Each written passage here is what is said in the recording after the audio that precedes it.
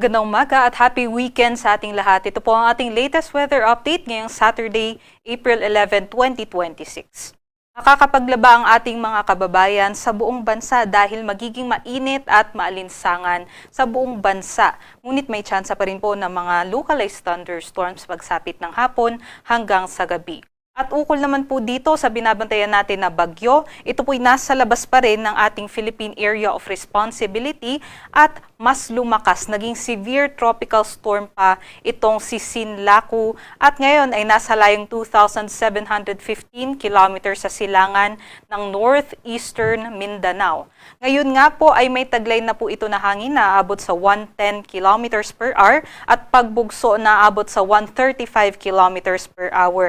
At halos hindi po ito kumikilos, kaya't habang nandito po siya sa may Pacific Ocean ay mag-iipon pa po yan ng enerhiya at inaasahan natin na mas lalakas pa sa susunod na mga araw. At ukol nga po dito sa bagyo, inaasahan nga po natin possible pa rin naman yung entry nito sa ating PAR late next week. Ngunit dahil mabagal nga po ang kanyang pagkilos, ay maaaring mapaaga din ang kanyang recurving o yung pagkilos po niya pahilaga. No? So, possible din na hindi na ito pumasok ng ating PAR. But regardless kung pumasok man po ito, tatawagin po natin ito sa pangalang Kaloy.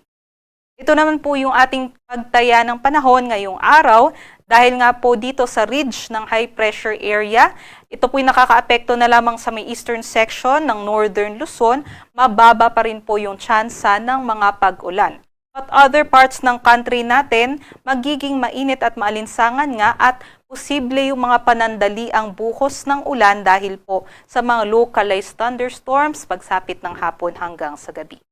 Ito po yung ating inaasahan na agwat ng temperatura. Pinakamataas dito sa Luzon, sa may Tuguegarao, 24 to 37 degrees Celsius. Napakataas po niyan. Sa Metro Manila naman, 26 to 35.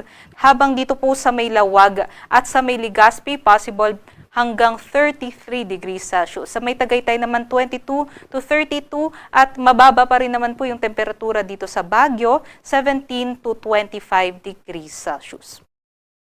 Dumako po tayo dito sa Palawan, Visayas at sa Mindanao kung saan makakapaglaba nga po yung ating mga kababayan no, although may tsansa pa rin po ng mga panandali ang buhos ng ulan. Ito po yung ating mga agwat ng temperatura. Pinakamataas naman po sa may Zamboanga, 25 to 35 degrees Celsius. Sumunod dito ang Puerto Princesa at Davao, 24 to 34 degrees Celsius po ang agwat ng temperatura at pagtapos nito dito naman po sa may Kalayaan hanggang 33 degrees Celsius, maging dito sa may Tacloban at 26 to 32 degrees Celsius naman po sa may Iloilo at Cebu. Lastly, dito sa may Cagayan de Oro, 25 to 31 degrees Celsius. Although ito po ay mga air temperature o temperatura ng hangin lamang, iba pa po yung ating heat index o damang init kung saan combination po ito ng air temperature maging yung halumigmig o yung moisture na nasa hangin. So kung mas mataas po yung moisture sa hangin, ay mas mataas din po yung ating heat index. Ito po yung ating naitala na heat index kahapon, April 10. Sa Metro Manila, 39 to 41 degrees Celsius ang naitala na heat index habang umabot sa 44 degrees Celsius naman po na nasa danger level itong Dumangas, Iloilo. Pagsapit naman po ngayong araw, inaasahan pa rin po natin yung extreme caution level na heat index forecast dito sa Metro Manila, 39 to 40 degrees Celsius habang sa Dumangas, Iloilo pa rin ay aabot pa rin po ng danger level hanggang 43 degrees Celsius. Kaya doble ingat po sa ating mga kababayan, especially sa ating mga manggagawa at yung mga may comorbidities. Senior citizens, kung bawal po tayong lumabas no, or bawal po tayo sa matinding sikat ng araw, ay panatilihin po natin na tayo po'y magdala ng mga payong at tubig para iwas dehydration. Dahil kung mababad po tayo sa init ng araw, dito sa may danger levels, maaari po ito magdulot ng mga heat cramps, heat exhaustion at on worst cases no, ay possible din po yung heat stroke, kaya doble ingat po.